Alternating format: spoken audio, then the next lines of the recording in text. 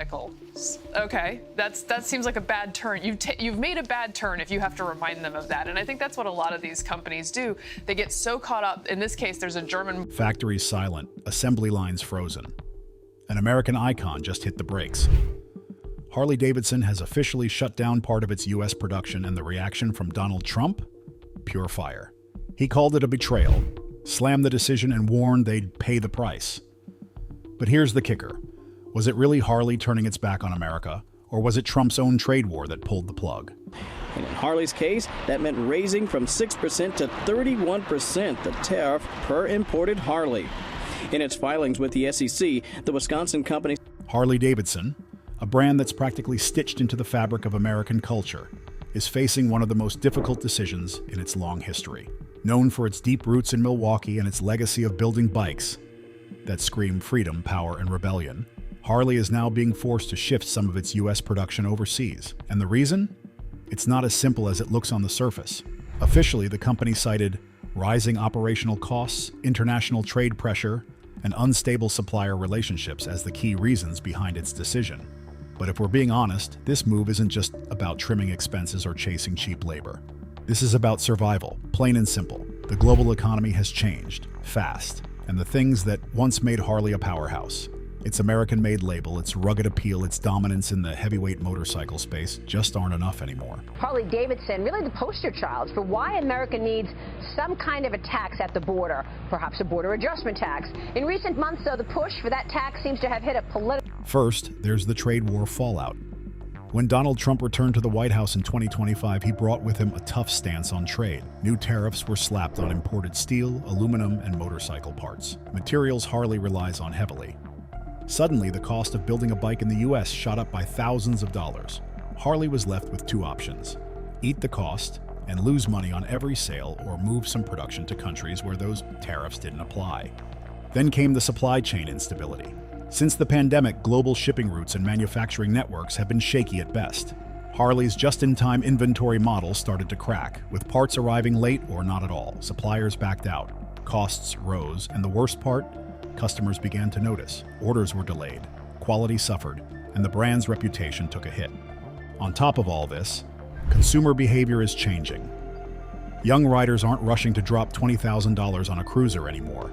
They want affordability, efficiency, and flexibility, things Harley has struggled to deliver. The brand's core customer base is aging, and despite efforts to modernize the lineup, newer models haven't caught fire the way the company hoped. Overseas markets, especially in Asia and Europe, are where the real growth potential lies, but reaching those buyers requires manufacturing flexibility, and that means moving some operations closer to where the demand is. Doing business in 90 countries, largely exporting our U.S.-made product around the world, and in a lot of cases, in particular in some high-growth markets like Asia. Still, Harley's decision has stirred up intense backlash, especially from political leaders. President Trump, who once hosted Harley execs at the White House and praised the brand as a symbol of American manufacturing, didn't hold back. Sources close to the situation say he was furious and called the move a betrayal of American workers. He even hinted at new penalties or policies that could punish companies for shifting jobs overseas, raising tensions even higher. But here's the hard truth. Harley Davidson is doing what it feels it must to survive in a chaotic, rapidly changing world. It's not a decision the company made lightly. This is a brand that built its name on American soil, with American steel, by American hands. But now, survival means adapting. And that sometimes means making choices that go against your own legacy. At the feet of the EU. The European Union is trying to punish U.S. workers because they have engaged repeatedly in unfair trade practices, and the president... Harley Davidson, the name alone brings to mind wide-open highways, the roar of a V-twin engine, and a brand that stood proudly for over a century as a symbol of American craftsmanship. Rooted in Milwaukee, this motorcycle giant wasn't just selling bikes. It was selling a lifestyle, a dream, an identity. But now, that identity is hitting a wall. And the latest shock? Harley's decision to shut down part of its U.S. production and shift some operations overseas. On paper, the reason sounds logical enough. In a carefully worded statement, Harley Davidson cited rising operational costs, international trade pressure, and unstable supplier relationships. But beneath the corporate speak lies a much harsher truth. This move wasn't about chasing more profit. It was about survival. Secretary Wilbur Ross saying that the days of, quote, spoiling U.S. trade partners are over. And Treasury Secretary Steven Mnuchin warning that proposed investment restrictions on some American... In today's economy, even a titan like Harley Davidson can't escape the ripple effects of global instability.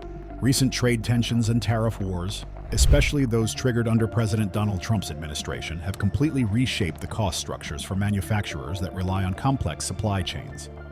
Steel and aluminum tariffs, for example, made basic components dramatically more expensive. International parts suppliers, faced with their own pressures, have become inconsistent. All of this has created a scenario where Harley's proud Made in America business model is now a heavy financial burden. And that's not even half the story. Let's not forget that Harley has been fighting declining domestic sales for years. The average Harley rider is getting older, and younger generations are either going for cheaper, more efficient bikes, or skipping motorcycles entirely. Even their bold efforts to introduce electric models like the Livewire haven't made the splash they hoped for. Add in dealership drama, overpriced financing, and a wave of bad press from buyers who feel misled, and you get the full picture. This isn't just about economics, it's about a brand at war with time itself. So when Harley made the call to shift some production to overseas facilities, possibly Mexico or Thailand, it wasn't just a business decision. It was a white flag, not a surrender of identity, but a pivot in strategy. They're trying to stay alive in a market that's changing faster than anyone expected. President Trump, who's long pushed for keeping American manufacturing jobs on home soil, reacted with frustration. On social media, he criticized Harley for betraying American workers and called the decision a sign of disloyalty. But if you ask Harley execs, they'll tell you they didn't have much of a choice. The math stopped working. The margins disappeared. It wasn't about turning their back on America. It was about keeping the company from going under. What's happening to Harley Davidson is bigger than just one company. It's a symbol of what many traditional American manufacturers are up against. In an era where everything is global, materials, labor, logistics, being local has become a luxury few can afford. The very companies that once represented national pride are now being forced to think beyond borders, just to survive. On American goods by the European Union in direct retaliation to Donald Trump's tariffs. And this is the ripple effect, the most high-profile company so far. When Harley Davidson announced it would shift parts of its U.S. production overseas, the political fallout was instant and loud. At the center of it all, former President Donald Trump. Known for never holding back, Trump wasted no time turning the spotlight onto the iconic motorcycle brand, unleashing a verbal barrage that made national headlines. Standing before reporters, his expression tight and voice firm, Trump didn't mince words. He called Harley's move a total betrayal of American workers and accused the company of waving the white flag. On social media, he went even further, calling the decision disappointing and claiming Harley Davidson had abandoned the very people who helped build the brand. If they move, watch, they'll pay the price, he tweeted. But behind the bluster lies a far more complicated story, one where Trump's own policies may have created the very conditions that forced Harley to make such a move. It all started with Trump's aggressive trade war in the early days of his presidency. As part of his America First agenda, Trump imposed sweeping tariffs on steel and aluminum imports, aiming to pressure foreign nations into renegotiating trade deals more favorable to the U.S. While the move was politically popular with certain voter bases, it had a ripple effect across American manufacturing. People who would have earned that money no longer have that money to go and spend at local businesses. And the numbers just no longer work for Harley Davidson. It's super... For companies like Harley Davidson, which rely on a complex web of global suppliers, the tariffs were devastating. The cost of imported raw materials soared practically overnight. The European Union, a key market for Harley, struck back with retaliatory tariffs on U.S. motorcycles, jacking up the price of exporting American-made bikes to Europe by thousands of dollars. Suddenly, Harley was boxed in, rising costs at home, shrinking profits abroad. Caught in that financial vice, Harley executives faced a brutal reality. Either move some operations overseas or start bleeding cash. And this wasn't a decision made lightly.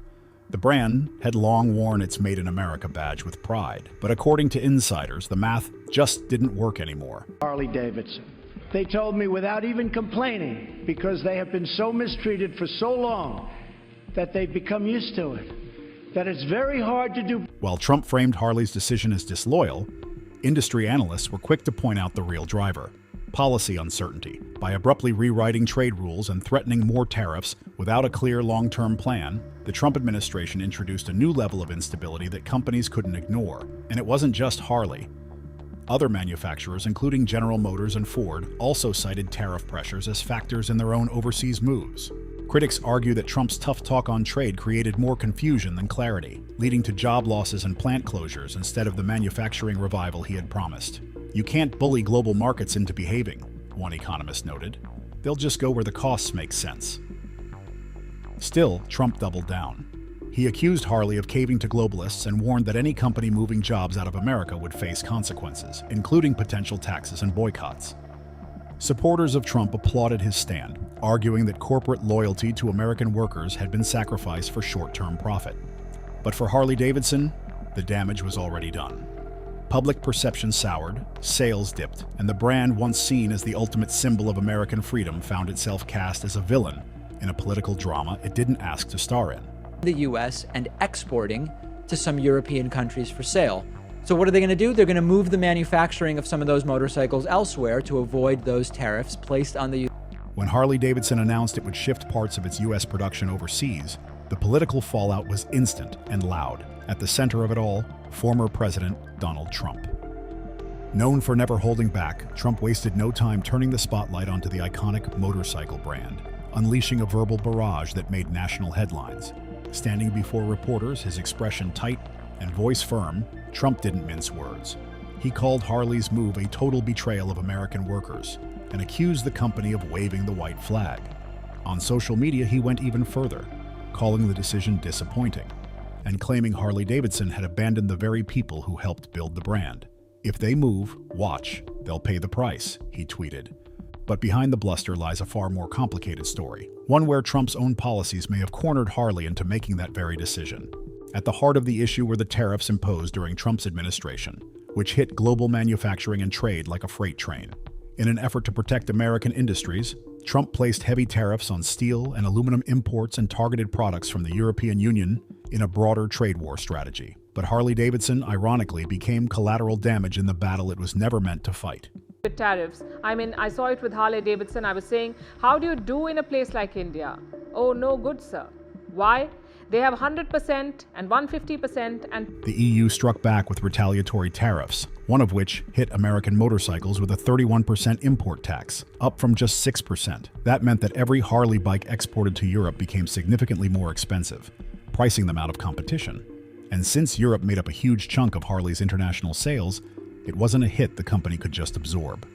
Harley's leadership argued that the move to shift production overseas was purely a survival tactic. The company said it was left with only two options: either eat the cost of tariffs and lose millions in revenue, or move some manufacturing abroad to avoid the added fees.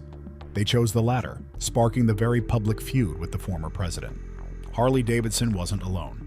Other U.S. manufacturers like Ford and even General Motors voiced concern or made similar decisions in response to the tariffs, but Harley stood out, partly because of what it symbolized: rugged American independence and pride. For Trump, who had once hosted Harley execs at the White House and praised the brand as a pillar of American manufacturing, the reversal felt personal. The clash revealed the growing tension between political messaging and economic reality. Trump's push to bring jobs back to America was noble in intent, but the global economy doesn't always play by patriotic rules. Companies like Harley, bound to international supply chains and foreign markets, found themselves squeezed in the middle, vilified at home for trying to stay afloat abroad. Peeves of Donald Trump. So as he hits the campaign trail, he's making fresh threats. Trump says he wants retribution. If they are charging us, we will charge. Harley Davidson's decision to shut down parts of its U.S. production and shift operations overseas wasn't just a corporate strategy. It was a signal flare, a warning, a sign that something much deeper is unraveling behind the scenes of American manufacturing. And if you think this is just about one brand or one bike, think again. What we're watching is the beginning of a broader shift that could redefine the future of industry in the U.S. This wasn't a decision made lightly by Harley Davidson. The company has been a symbol of American craftsmanship for over a century. Its brand is wrapped in the flag, its bikes roaring metaphors of freedom, rebellion, and grit. But even icons bleed when policy turns against them.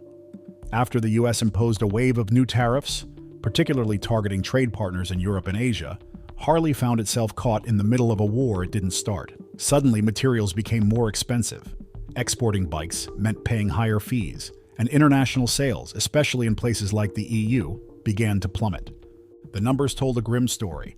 Harley's profits dropped, sales dipped across major markets, production costs ballooned. Something had to give. And for Harley, that something was domestic manufacturing. Shifting production overseas wasn't about chasing cheap labor. It was about survival.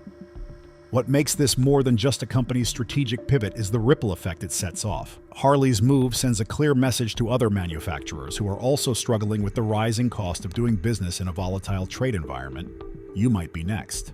Whether it's motorcycles, cars, appliances, or tech components, U.S. companies tied to international supply chains are walking a tightrope. And when politics mess with that balance, through tariffs, regulations, or unpredictable foreign policy, they're forced to make painful choices. It's a great company.